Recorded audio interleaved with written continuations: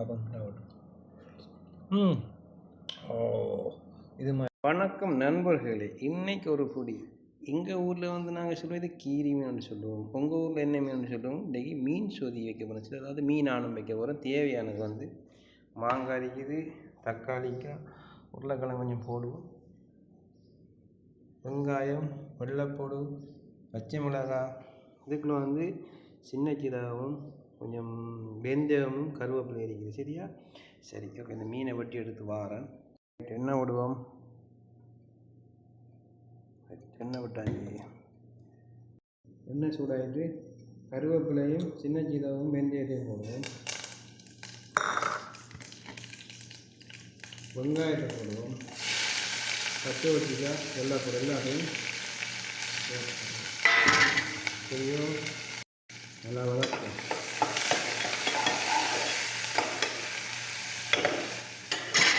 நல்லா மீன் வெட்டி ரெடி ஆகிடுச்சு. சரியா? மீனும் ரெடி. மாங்காய். இப்போ வந்து தக்காளி பழத்தை போடுவோம். சரியா? தக்காளி பழம் போடுவோம். போட்டு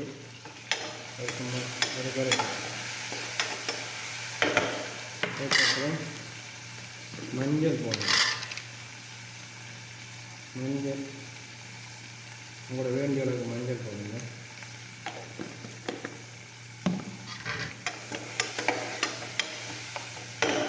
மஞ்சள் போட்ட அப்புறம்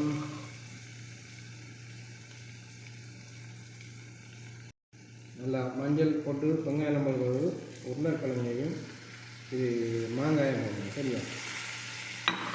மாங்காயை போட்டு அப்படி கிளப்பி விடணும். கிளப்பி விடணும்.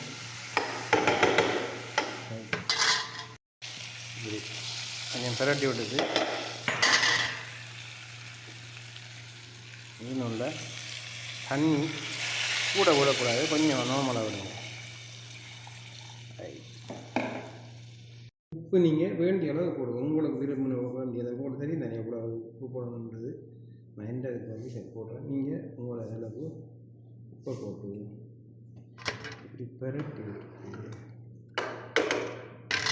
ஒரு 10 நிமிஷம் மூடி வைங்க. சரியா? அவ்வளோதான். தேங்காய் பால் இது நல்ல தேங்காய் பால். சரி, எந்த பொட்டி வாங்கி எடுத்துக்கொள்ளுங்க. இது நல்லா வந்து நல்லா கொதி வந்துட்டு. சரி, அதுக்குள்ளே வந்து வட்டி வச்சுக்கிற மீனை போடுவோம். சரியா? ரைட். மீனை போட்டு இப்படி பார்த்தீங்களா?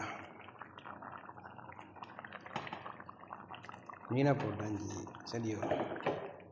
மீனை போட்டு கரண்டி போடக்கூடாது. இப்படி சும்மா நார்மலாக செஞ்சுட்டு அது மேலே இறங்குற மாதிரி மீச்சு இறங்கி விடும். ரைட். அப்போ மூடி விடுவோம்.